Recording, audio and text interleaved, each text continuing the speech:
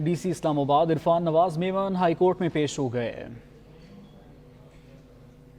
शहरियार आफरीदी के खिलाफ एमपीओ जारी करने पर डीसी इस्लामाबाद और एसएसपी ऑपरेशंस के खिलाफ इख्तियारात से तजावुज और तौहीन अदालत केस की समाअत हुई। Deputy commissioner Islamabad SSP operations Malik Jamil Zafar SP Farooq Buttar अदालत के सामने पेश हुए। डीसी इस्लामाबाद इरफान नवाज मेमन ने इस मौके पर अदालत में बयान दिया कि इस केस में 18 समातें हुई, किसी समात में गैर हाजिर नहीं हुआ। अपने आप को इस अदालत के रहमो करम पर छोड़ता हूँ। जस्टिस बाबर सत्तार ने इनकी सरजनिश करते हुए कहा कि क्या आप समझते हैं कि ये मजाक है? आपके खिलाफ तौहीन अदालत चल रही है। आपने 970 दिनों के लिए 69 एमपीओ ऑर्डर जारी किए। क्या उनके बच्चे नहीं थे? उन्हें उम्रे पर नहीं जाना था? हमने शो कॉज नोटिस जारी किया है, पीर तक जवाब दें। डीसी इस्लामाबाद के वकील ने जस्टिस बाबर सत्तार से कहा कि आप गुस्से में हैं, इस केस की कुछ देर बाद समाअत कर लें। जस्टिस बाबर सत्तार ने डीसी इस्लामाबाद से कहा कि ये केस कल मुकम्मल हो जाना था, आपकी वजह से नहीं हो सका। मिस्टर मेमन, क्या आपको अदालत का ऑर्डर मालूम नहीं था? डीसी इस्लामाबाद ने जवाब दिया कि मैं अदालती हुक्म अदूली का सोच भी नहीं सकता। जस्टिस बाबर सत्तार ने इनसे इस्तफसार किया कि अब आपकी मर्जी से बेंच बनेंगे।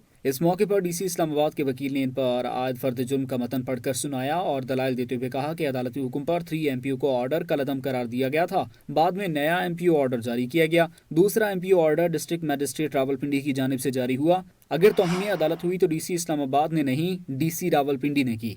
इस्लामाबाद हाई कोर्ट ने तौहीन अदालत केस किसी और बेंच को मुंतकिल करने की इस्तदा मुस्तरद कर दी और डीसी इस्लामाबाद के वकील को मजीद दलाल देने की हिदायत कर दी। जस्टिस बाबर सत्तार ने कहा 16 मई को पहला एमपीओ ऑर्डर कलअदम करार दिया गया। केस में शोकॉज जारी होने के बाद भी एमपीओ ऑर्डर जारी किए गए। अदालत ज्यादा से ज्यादा यही कह सकती है कि ऑर्डर दुरुस्त नहीं। जब हमने इनकी एमपीओ ऑर्डर जारी करने की पावर खत्म की तो ये रुके। शहरियार आफरीदी की इश्तियाल अंगेज तकरीर का ट्रांसक्रिप्ट अदालत में पेश किया गया। एसपी जमील जफर ने अदालत से गैर मशरूत माफी मांग ली। जस्टिस बाबर सत्तार ने कहा कि इस केस पर आइंदा हफ्ते जजमेंट दूंगा।